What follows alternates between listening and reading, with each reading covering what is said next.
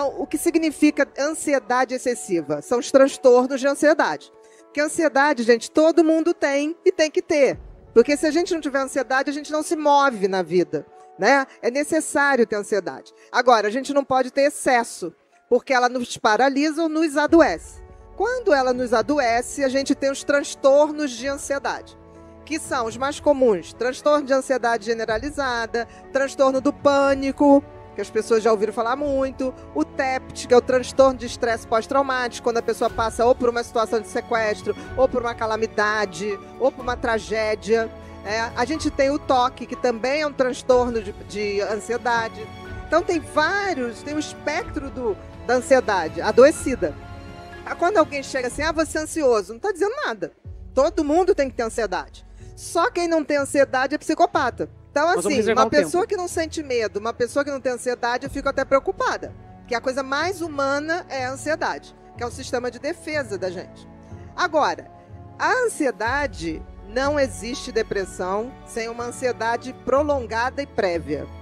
Então, a própria transtorno de ansiedade, o próprio adoecimento da ansiedade, leva em média 1 ano e meio, 2, para uma pessoa, por exemplo, abrir um transtorno do pânico, tá? A gente sempre tem que fazer a linha do tempo, que é, por exemplo, eu não quero saber quando a pessoa chega adoecida. Eu quero saber como é que foram os últimos 2, 3 anos daquela pessoa. Aí tem gente que fala assim, não, mas eu levei 5 anos para adoecer. Ok, tem gente que estica a marcha, tem gente que suporta mais, mas a média do ser humano, para adoecer de excesso de estresse, que antecede o adoecimento, é 1 ano e meio, 2. Passar disso, você sempre vai adoecer. Que pode ser por excesso de ansiedade, como pode ser as doenças autoimunes. Lúpus, colite ulcerativa, síndrome de Crohn, a mesma tiroidite de Hashimoto, que muitas mulheres têm. Nada mais é, gente, do que um estresse prolongado, uma ansiedade prolongada, que fez um nó no teu sistema imunológico. O que é a tiroidite de Hashimoto? Os teus anticorpos passaram a atacar a sua tireoide. E quando você vai ver a história dessas mulheres, tem ali 2, 3 anos anteriores da gente dando muito mais do que precisa e o que deve. Então são sempre aquelas pessoas mais arrimo de família, que querem resolver tudo, que querem ajudar todo mundo, que querem ser a melhor funcionária. Tudo tem um preço. Então eu costumo dizer que se a gente não controla a ansiedade, o excesso da ansiedade, a própria ansiedade pode parar a gente. Geralmente para pelo pânico. Porque quem tem pânico paralisa.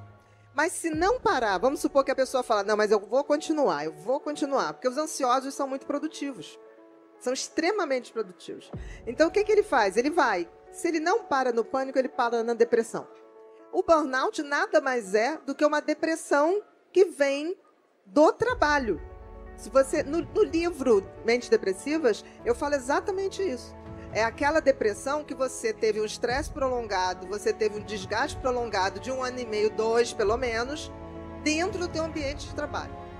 Está bem conectado isso. E a doutora me disse uma frase que ela explica bastante coisa do que nós estamos falando. Ansiedade é excesso de futuro, estresse, excesso de presente e depressão é excesso de passado. Isso mesmo. Essa frase, Ana, ela costuma marcar muito as pessoas porque nós estamos vivendo um contexto em que há muita competitividade, há muita pressa. Então nós estamos pensando muito no futuro, mas com medo deste futuro. Exatamente. Queria que você falasse um pouquinho sobre a diferença, mais um pouquinho, da ansiedade boa, que nos move, que nos permite criatividade, e da ansiedade patológica. Mais um pouquinho. Vamos lá. Primeiro vamos distinguir medo e ansiedade. Ótimo. Por quê? São primas irmãs. É uma moeda, duas faces da mesma moeda. Medo, gente, é quando eu, por exemplo, tô aqui e aí de repente começa um tumulto, aparece uma pessoa aqui armada. Todos nós vamos ter uma reação imediata. O coração vai disparar, os músculos vão tensionar, vai faltar ar, a boca vai ressecar. Isso é uma reação de que você tem que tomar uma atitude. Você não pensa para ter uma reação. O seu cérebro pensa por você. Porque isso é uma coisa que o cérebro tem de forma primitiva e que fez a gente chegar aqui hoje. Por quê? A gente precisava sobreviver. E para sobreviver a gente tem que ter um mecanismo muito bem construído de defesa. Só que tem que esse cérebro às vezes exagera. nisso. Ele começa a ver coisas onde não existe. O medo é uma reação absolutamente normal perante algo que eu sei que é ameaçador. A ansiedade é a mesma reação, mas não existe esse perigo palpável. Sou eu que crio. Não, é um medo subjetivo. Por exemplo, quando eu tenho medo do meu chefe, pro cérebro, esse medo é quase assim, ele vai me matar. E é muito difícil um chefe pegar e matar um funcionário. Mas o teu cérebro interpreta aquilo como uma ameaça de vida e morte. Por isso que, quando a gente fala medo, eu sei do que eu tenho medo. Agora, quando eu falo ansiedade, é um medo subjetivo.